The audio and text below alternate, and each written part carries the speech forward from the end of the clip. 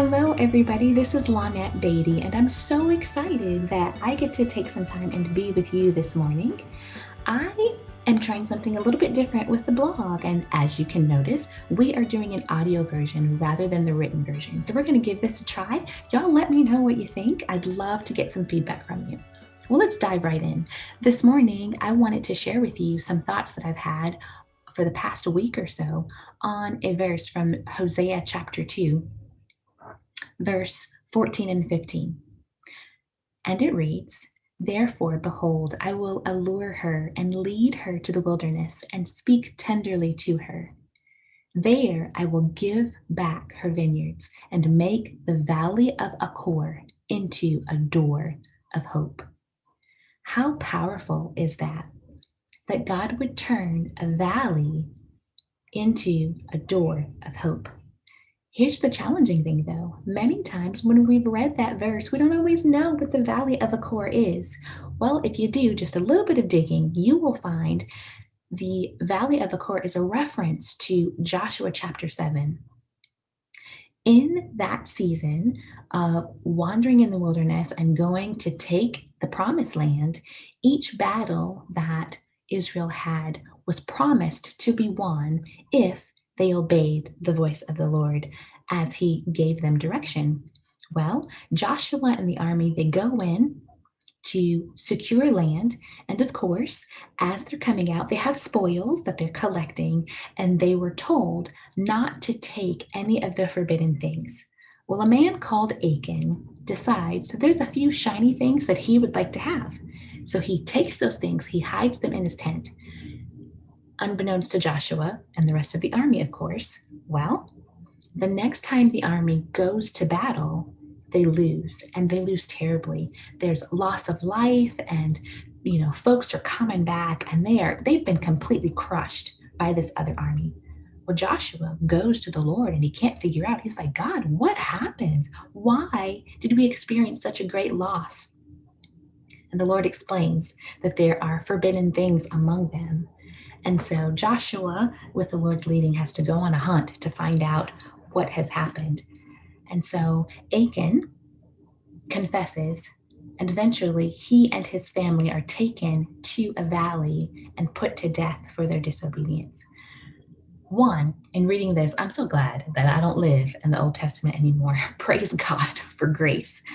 But when Israel would have heard Hosea speak these words, they would have understood that the valley of Achor was a valley of trouble and a valley of grief and hardship, and a time when an entire nation had to take on and had to receive consequences for someone else's disobedience.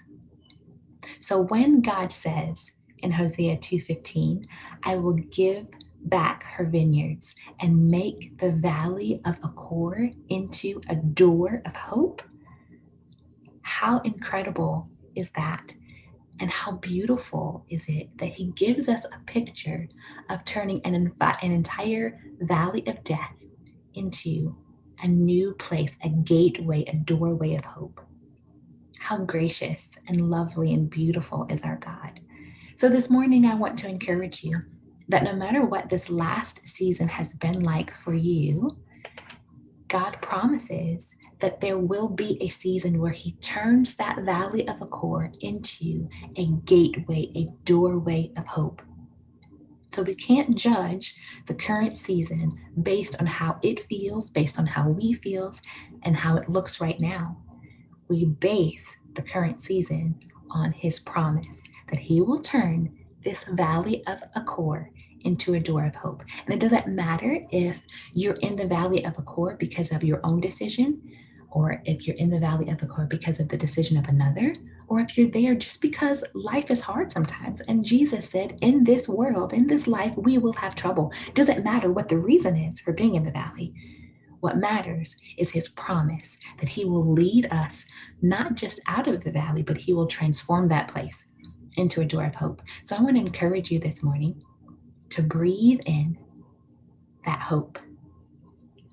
Why don't we do that now together? Why don't we just take a deep breath in and out?